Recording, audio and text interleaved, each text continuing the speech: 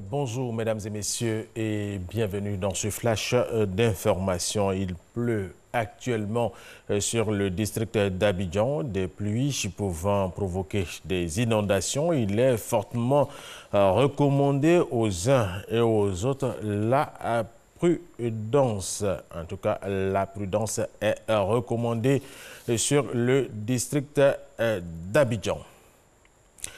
C'est ce samedi que le Premier ministre Amadou Gon Coulibaly se rend à Dabakala. Il va procéder au lancement du PRODERCI, le projet de développement et de réhabilitation du réseau électrique de Côte d'Ivoire pour la réalisation de plus de 1600 km de lignes de réseau de transformation en énergie, l'extension et la réhabilitation de 26 postes de transformation déjà sur place. La mobilisation bat son plein. Cette visite du Premier ministre Amadou Gon Coulibaly sera aussi l'occasion de lancer les travaux de bitumage des voies de Dabakala et de communier avec les cadres et les populations. Et les populations de ce département vont aussi rendre hommage au président de la République, Alassane Ouattara, pour ses actions de développement, ses activités. Les guides religieux et les populations de Dabakala les ont confiés à Dieu. Léon Broukwame, RTI Boaké. Mosquée Safina Tournandja, commune de Dabakala. Élus, cadres et guides religieux ensemble pour une lecture coranique. Des prières et bénédictions sont également dites pour la paix en Côte d'Ivoire et les dirigeants du pays, en l'occurrence le président Alassane Ouattara et le premier ministre Amadou Gon Coulibaly. Vraiment, on est très contents. Peuple djimini, les imams, les chrétiens, on se réunit ici aujourd'hui pour prière. On a fait Saint-Coran 9 fois pour la Côte d'Ivoire, pour le président.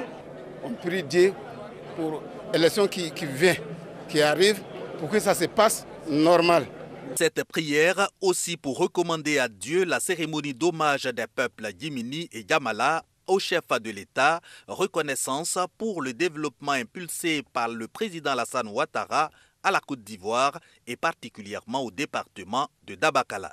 Le président a entrepris d'énormes chantiers en matière donc de remise en état des infrastructures sociales donc de notre département.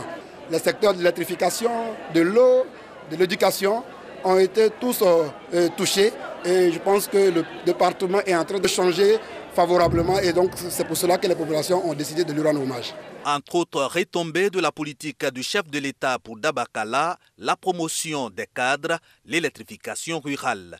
Ici, le boom sera réalisé à travers le poste électrique de 225 kVA dont le Premier ministre Amadou Gon Coulibaly va officiellement lancer les travaux de réalisation ce samedi 7 juin à Dabakala.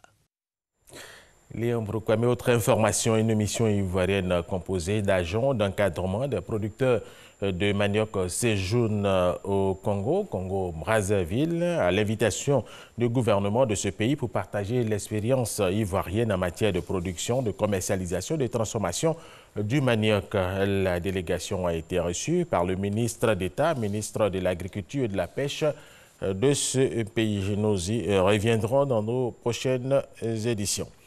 La campagne pour la présidentielle malienne démarre officiellement ce samedi.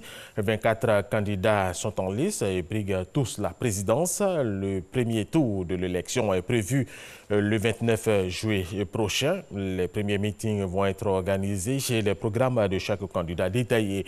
Ils ont 21 jours pour convaincre les 8 millions d'électeurs maliens. Le Parlement béninois lui a autorisé jeudi la révision de la Constitution, mesure portée par le président Patrice Talon après une précédente tentative sans succès en avril 2017. Le principe de la révision a été adopté par 62 des 83 députés, une abstention, sachant qu'il faut une majorité des 3/4 de la Chambre pour engager une modification de la Constitution béninoise. Le gouvernement et les rebelles du Soudan du Sud, jeune pays enfoncé dans une guerre civile depuis 2013, ont convenu de retirer leurs forces des zones urbaines dans le cadre d'un accord portant sur la sécurité signé à Khartoum hier vendredi par les deux parties. Voilà, et c'est la fin de ce flash d'information. Merci de l'avoir suivi. Je vous retrouve tout à l'heure à 13h.